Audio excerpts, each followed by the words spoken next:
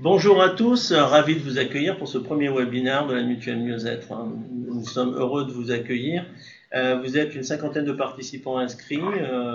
Nous allons vous demander un peu d'indulgence à notre égard. C'est notre première intervention sur un sujet qui, pour nous, est capital également pour vous accompagner. Je suis en compagnie de Damien. Excusez-moi, je mettrai juste un peu l'outil et puis voilà. L'objectif de cette intervention est qui va durer à peu près une bonne demi-heure à peine. L'objectif est de vous présenter donc la DDA, continuité de la DIA, qui avait été effectivement mis en place dans le cadre de votre intervention et qui se veut pragmatique, réaliste et concrète dans son format, du moins, et vous aider effectivement à pouvoir maintenir en évidence vos devoirs d'information et de conseil. À cet égard, je suis accompagné de Damien Briand, juriste au sein de la Mutuelle Mieux-être, et qui aura en charge de vous présenter l'aspect juridique de la directive Damien. Vous aurez également la possibilité, naturellement, à l'issue de cette intervention, de télécharger tous les supports, y compris. Et puis, mon équipe commerciale se tiendra à votre disposition pour répondre à l'ensemble de vos questions. Il y aura quelques questions qui vous seront posées pendant ce webinaire pour nous permettre effectivement, avec vous Damien, d'appréhender éventuellement votre niveau d'appréciation sur cette continuité de la DIA au travers de la DDA. Rapidement, la présentation va tourner autour de, naturellement, la présentation de la DDA, la présentation des supports durables, le stockage et la limitation de l'information, la mise en pratique et la formalisation de la proposition commerciale.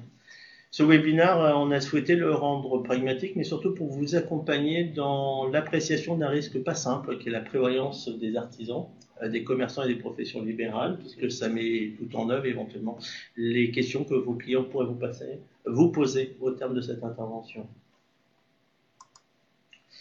Je vais commencer. Voilà, je vais demander à Damien effectivement de vous présenter cette fameuse DDA qui fait tant parler, qui est en place depuis, je crois, 1er octobre. Voilà, ça fait déjà 2 bonnes semaines que la DDA est entrée en vigueur. Et d'ailleurs, on va vous poser une question dans le chat pendant que je vous présenter les rappels généraux. Déjà, on voudrait savoir si vous pensez être en conformité avec la DDA. Vous avez juste à répondre oui ou non. Et en attendant, je vais juste vous rappeler que donc la DDA, c'est une directive du 20 janvier 2016 qui a été transposée en droit français en mai 2018 pour une entrée en vigueur qui a été repoussée donc au 1er octobre 2018, c'est-à-dire il y a 2 semaines. Et donc la DDA, pour se rappeler, elle tourne autour de 4 grands thèmes. Donc on a la politique de gouvernance surveillance produit, on a la rémunération et les conflits d'intérêts, compétences et honorabilité. Et aujourd'hui, le dernier thème qui va vraiment nous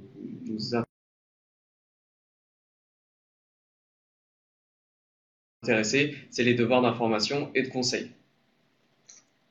Alors, le petit sondage, effectivement, la plupart d'entre vous, à 90, presque 91%, considèrent ne pas être prêts pour effectivement accompagner et mettre en pratique cette continuité de la DIA au travers de la directive. Alors en fait, avant de s'intéresser vraiment pur et dur à la DDA, justement devoirs d'information et de conseil, on va juste faire quelques rappels sur des compléments en fait de réglementation qui viennent en contrepartie de la DDA.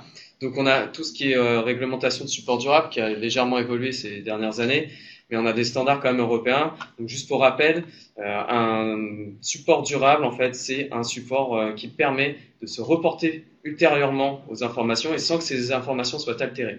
Donc on connaît très bien le papier, l'email, la clé USB, mais ça peut être aussi d'autres moyens matériels et immatériels comme un coffre-fort électronique par exemple. En revanche, il faut retenir qu'une page internet n'est pas considérée comme un support durable car elle peut être altérée finalement par la personne qui héberge ou gère la page internet. J'ai une petite question, Damien, également. Est-ce que je dois informer mon prospect, mon client, du support durable que je vais utiliser suite aux premiers entretiens que nous aurons lors de la négociation? Oui, alors dans ce cas-là, il faut surtout informer lorsque ce support sera électronique. Parce que par exemple, si on passe par du support électronique, il faut que la personne l'accepte. Ça, c'est une des réformes de 2017, donc qu'il faut avoir en tête. Mais j'irai même un peu plus loin, Damien. Est-ce que tu penses que ce stockage vient éventuellement contredire ou renforcer la notion de la RGPD? Justement, alors on a vu le support durable notamment dans la relation client, mais ensuite on va avoir en contrepartie besoin de tout simplement stocker ces informations sur tes supports durables. mais également respecter en même temps la RGPD qui nous met on va dire des contraintes sur le stockage dans la durée et surtout sur les données personnelles. Comme on va avoir de plus en plus de documents avec des données personnelles, il va falloir regarder la finalité de ces documents. Et donc en fait, c'est la finalité qui va nous permettre de limiter la durée du stockage. Et en contrepartie, on a aussi l'ordonnance donc de dématérialisation qui nous impose au contraire de garder un minimum de temps certains documents, certaines informations. Donc en fait, il va falloir juste venir conjuguer les deux réglementations, c'est-à-dire garder assez longtemps pour respecter l'ordonnance de dématérialisation, sans garder indéfiniment pour respecter le RGPD.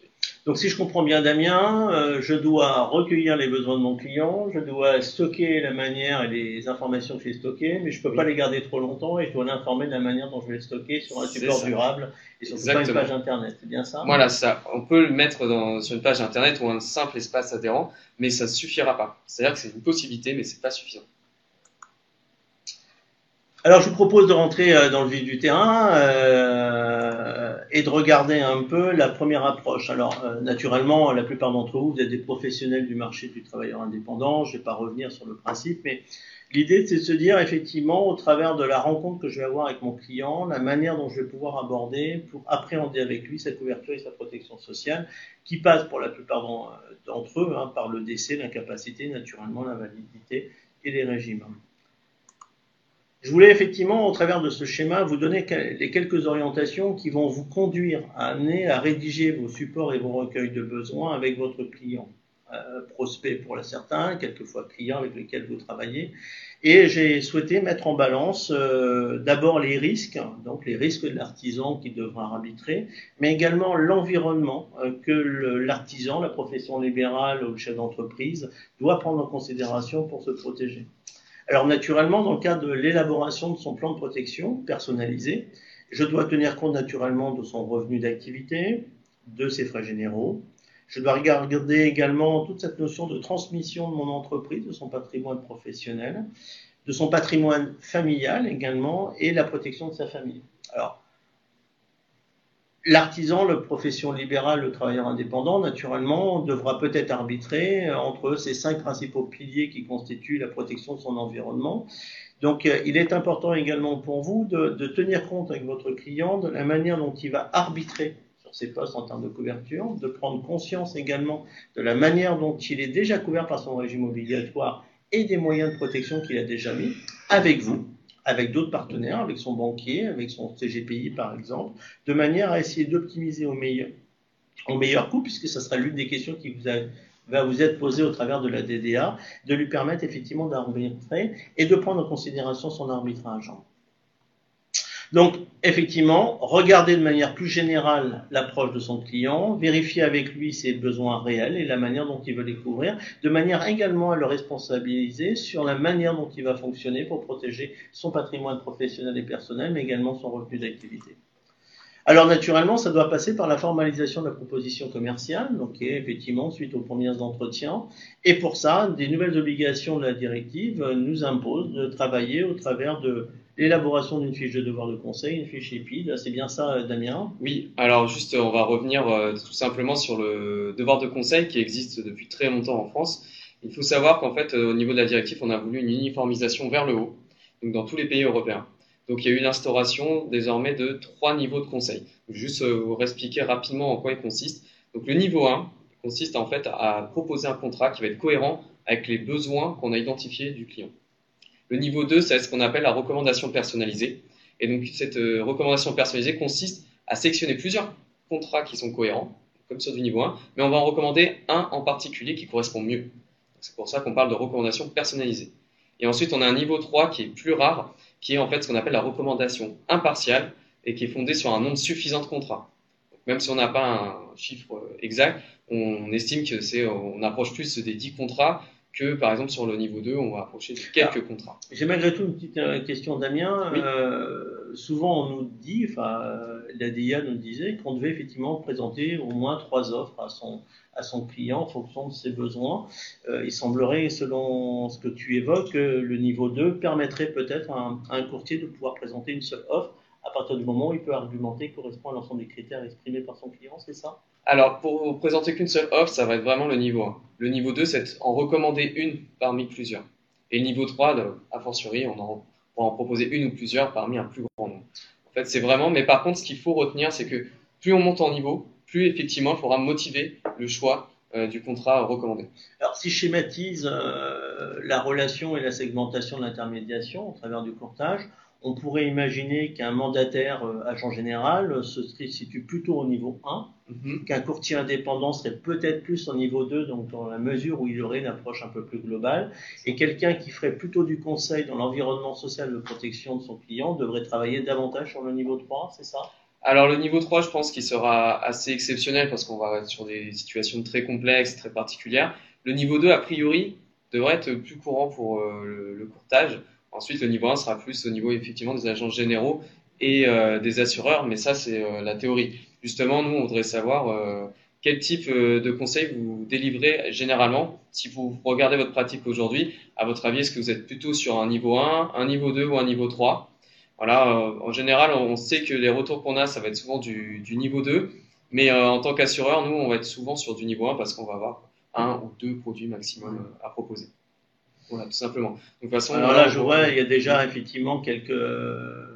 La dominante se situe quand même plutôt sur le niveau 2, puisque nous sommes à 87%, 12% sur le niveau 1. Donc on est vraiment effectivement dans cette tendance. Donc on s'aperçoit effectivement que la pour la pratique plupart, rejoint la théorie, oui. Tout à fait. Alors par contre, donc nos intermédiaires, nos courtiers, nos partenaires, ils ne sont pas non plus seuls pour formaliser effectivement cette proposition, puisqu'ils vont s'afficher, ils vont utiliser également des supports que leurs partenaires, assureurs, mutualistes, courtiers grossistes, seraient en capacité de leur proposer au travers de la fiche IPID, c'est ça? Oui, alors avant d'arriver sur la fiche IPID, je voulais juste faire un. Ah, j'avance, désolé. Voilà, c'est l'excitation, on est un peu en avance sur nos slides. Mais en fait, voilà, c'est juste rappeler. C'est la précipitation du commercial. C'est ça. C'est du juridique. Le juriste est un peu plus rigoureux dans son approche. Donc voilà, on prend un peu plus notre temps. Mais voilà, c'est juste pour des rappels, ce qu'on disait juste avant, niveau 1, niveau 2, niveau 3. Chaque niveau va correspondre plus à une profession ou à une autre. Et si ensuite on passe par la suite, donc du coup, on se demandait si vous pensiez donner souvent du niveau 3, mais a priori, si vous êtes déjà sur du niveau 2, peu de chances que ça évolue. Mais est-ce que vous pensez que plus tard, dans les affaires que vous allez traiter, est-ce que vous allez peut-être les traiter différemment, sachant que le niveau 3 existe finalement? Bon, globalement, l'ensemble des réponses nous conduisent à dire que beaucoup des participants ne se situeraient pas forcément sur le niveau 3. Oui, on a plus de 80%. Ouais, c'est ça, tout à fait. En termes d'approche, je pense qu'on a, pour ceux qui se situent plus sur le niveau 3, je pense qu'ils ont une approche plus globale de l'appréciation du risque de.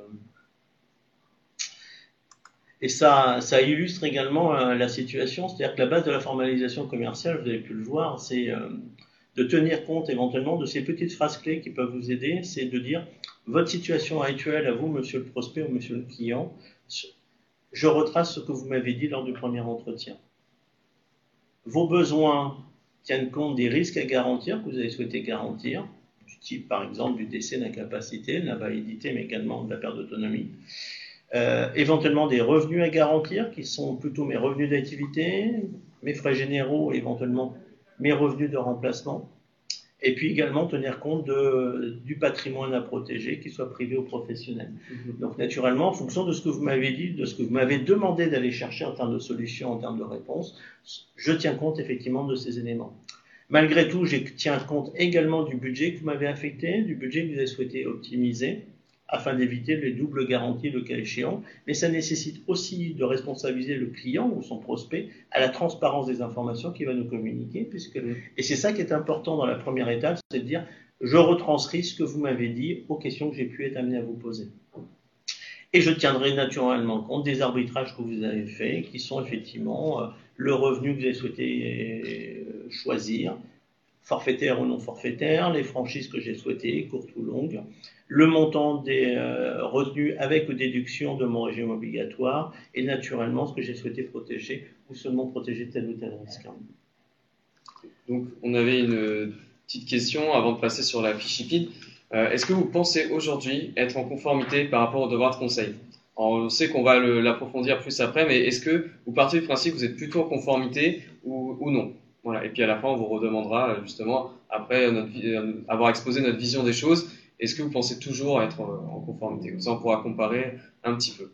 Donc pour l'instant, on est quand même sur une tendance à 80% de oui. Hein. Et ce résultat me surprend pas parce que je pense que c'est la réalité. Ce n'est qu'une continuité de ce que vous avez déjà mis, qui était déjà une révolution pour le réseau du courtage et de l'intermédiaire, qui était la DIA, dans le cadre de la formalisation. Donc le professionnalisme que vous faites part aujourd'hui.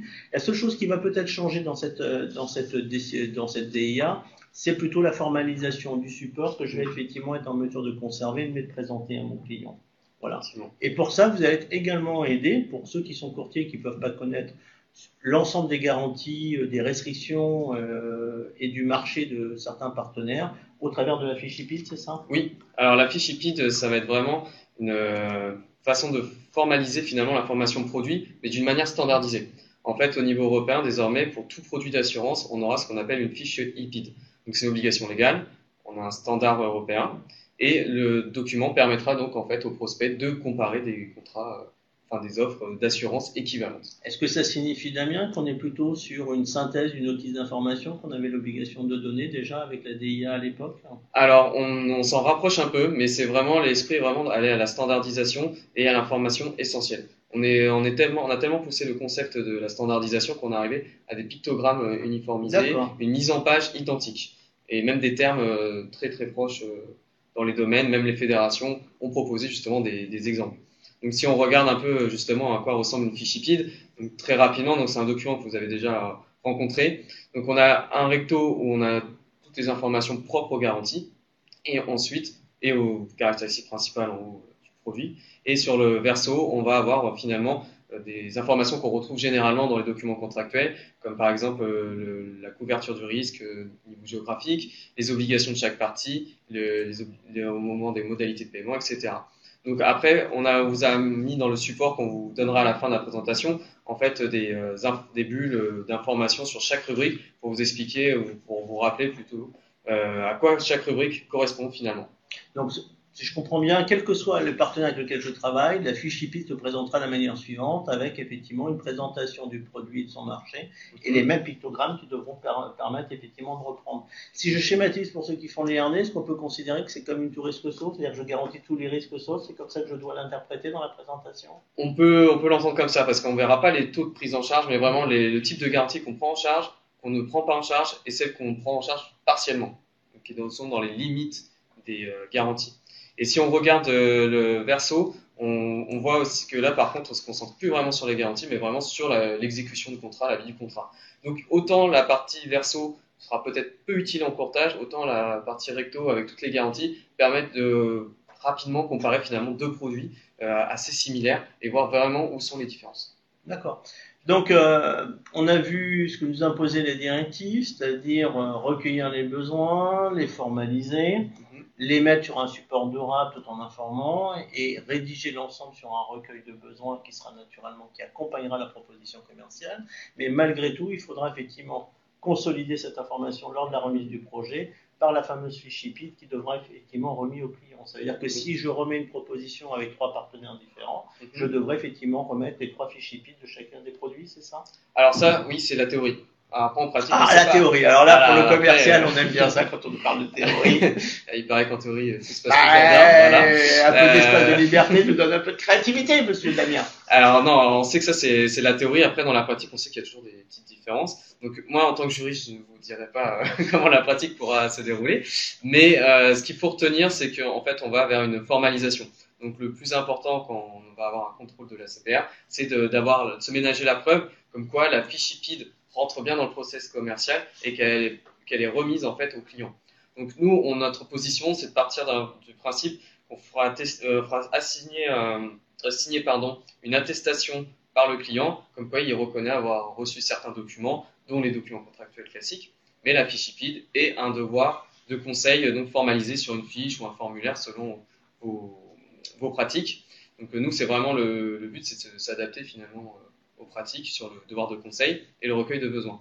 Donc on va voir un peu plus à quoi ressemble par exemple ce qu'on a mis en place, mais avant, je te laisse resituer un petit peu dans le process commercial. Alors ce slide a pour objectif de vous permettre de retrouver assez rapidement la manière dont vous pouvez formaliser votre recueil de besoins Alors, à cet effet, Damien, la plupart des compagnies, et nous aussi, on va permettre à nos partenaires d'utiliser le recueil de besoins proposés par la mutuelle Mieux-être, c'est une chose, mais ça laisserait sous-entendre que chacun des partenaires devrait utiliser le recueil formalisé par les partenaires avec lesquels ils ont été retournés.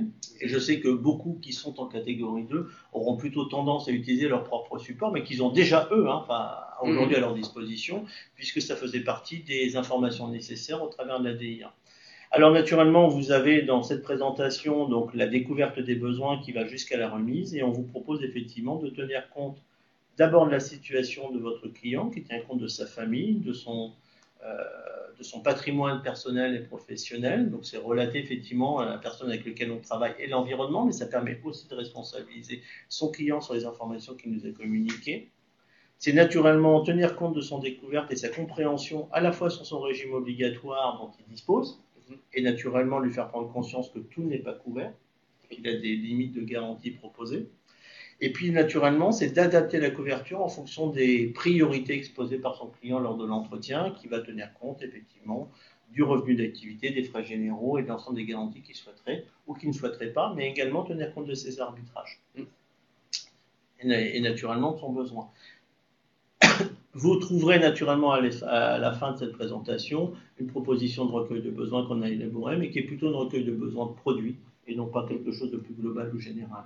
Oui, voilà. Nous, on s'est concentré vraiment sur l'obligation de formalisation qui, en fait, relève du distributeur. C'est une obligation du distributeur.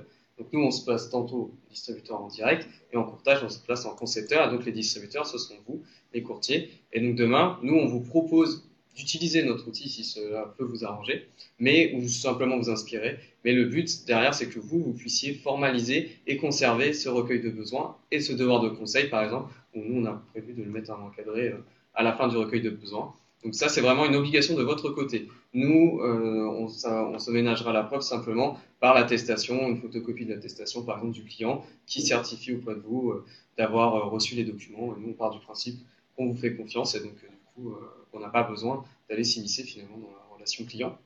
Voilà. Si on devait schématiser, Damien, donc la directive vient renforcer naturellement la DIA, être à l'écoute de son client, formaliser les informations qu'il nous a communiquées, justifier notre conseil en fonction des éléments récoltés, de son régime obligatoire, de ses garanties déjà en place, des trous éventuels de garantie en termes de protection et la prise en considération de son client. La remise naturellement de ce document doit être conservée en cas de contrôle de la CPR, doit respecter également un système de stockage sur un support durable et un délai, et devra respecter également la portabilité au titre de la RGPD si jamais on perd. Et donc ma question était la suivante: que doit faire notre partenaire, courtier, lorsqu'une négociation n'a pas été jusqu'à son terme? D'accord. Doit-il restituer ces informations à son client? Doit-il les conserver pour justifier de son conseil aujourd'hui? Alors aujourd'hui, il y a deux approches. Si on prend l'approche conformité, effectivement, on a le RGPD qui nous dit on conserve les informations autant de temps qu'un besoin. Donc en fait, si vous gardez par exemple les informations d'un prospect pendant 3 mois, et au bout de 3 mois, vous pouvez tout supprimer et vous n'aurez plus à vous ménager la preuve auprès de la CPA. Vous avez remis un devoir de conseil à cette personne. Après, il y a toujours l'approche, on va dire un peu ancestrale, qui est l'approche contentieuse. On peut toujours avoir des contentieux, c'est un risque. Si on a supprimé ces preuves-là, on ne pourra plus se ménager la preuve qu'on a bien remis un bon conseil si jamais on a attaqué sur cette chose-là. Ça, c'est quelque chose qui existait déjà avant. Donc ça, après, c'est une position interne à choisir au niveau des risques et des délais qu'on veut conserver. Mais dans ce cas-là, ça justifiera la conservation d'un point de vue RGPD. On pourra dire, voilà, c'est sécurité contentieux. On peut toujours justifier, en fait. Il n'y a pas de délai inscrit dans le marbre, c'est vraiment à justifier au cas par cas. D'accord. Alors, naturellement, nous arrivons au terme de cette présentation. Naturellement, on n'aura pas pu aborder tous les sujets dans le plus profond, mais par contre, je crois que Damien a encore une petite question à vous poser. Oui, du coup, c'est comme je vous annonçais tout à l'heure, c'est de voir, est-ce que maintenant, est-ce que votre position a changé? Est-ce que vous estimez toujours être en conformité avec la DDA aujourd'hui, de manière générale, mais en particulier sur le devoir d'information de conseil? Alors là, c'est un peu plus serré, on voit. Ouais, mais je vois que les choses ont évolué également. Donc, voilà. Si on part de la première question à aujourd'hui, on était quasiment à 95% de personnes qui estimaient ne pas forcément l'être. Et là, je vois qu'effectivement, la tendance vient se rééquilibrer. On est à plus de 50%, 65% de personnes qui pensent que naturellement, on fait toujours la même prose. On est finalement, le conseil dans le fond est toujours conforme. Je pense que là-dessus, il n'y a pas de révolution. C'est vraiment sur la formalisation. Je pense que certaines personnes sont peut-être pas encore au point ou n'avaient peut-être pas pris conscience de toute la formalisation à faire aussi complète. Et donc, c'est peut-être pour ça qu'aujourd'hui, on est plus sur un score de 66% à peu près et qu'au début, on était plus de 80%. Bah, moi, à titre personnel, en tant que responsable du développement du courtage pour un mutuel mutuel, je pense que c'est une vraie opportunité pour nos partenaires courtiers qui nous font confiance aujourd'hui, c'est de pouvoir justifier son argumentation au travers du recueil de besoins, qui permet de leur donner une trame de négociation, mais qui va venir renforcer le professionnalisme de chacun d'entre eux. Moi, je suis persuadé aujourd'hui que le devoir et la pérennité au travers de partenaires un peu plus traditionnels, je pense aux banques d'assurance, alors vous gardez ça entre guillemets, c'est entre nous, enfin on est entre amis, effectivement, devrait nous permettre effectivement de mettre en évidence le rapport. Sur ce dernier slide, vous retrouverez effectivement la carte donc de l'activité commerciale de la Mutuelle Mieux-être avec nos 6 inspecteurs. Donc vous pourrez retrouver le nom de vos inspecteurs à votre disposition. Ils viendront vers vous naturellement après ce webinaire pour effectivement faire un point, vous répondre à vos questions et puis vous apporter d'autres éléments si c'était nécessaire. Pour vous accompagner dans votre activité de conseil et d'approche, puisque notre volonté à nous, c'est faire mieux, toujours faire mieux, faire plus, et d'être dans une relation duo-gagnant.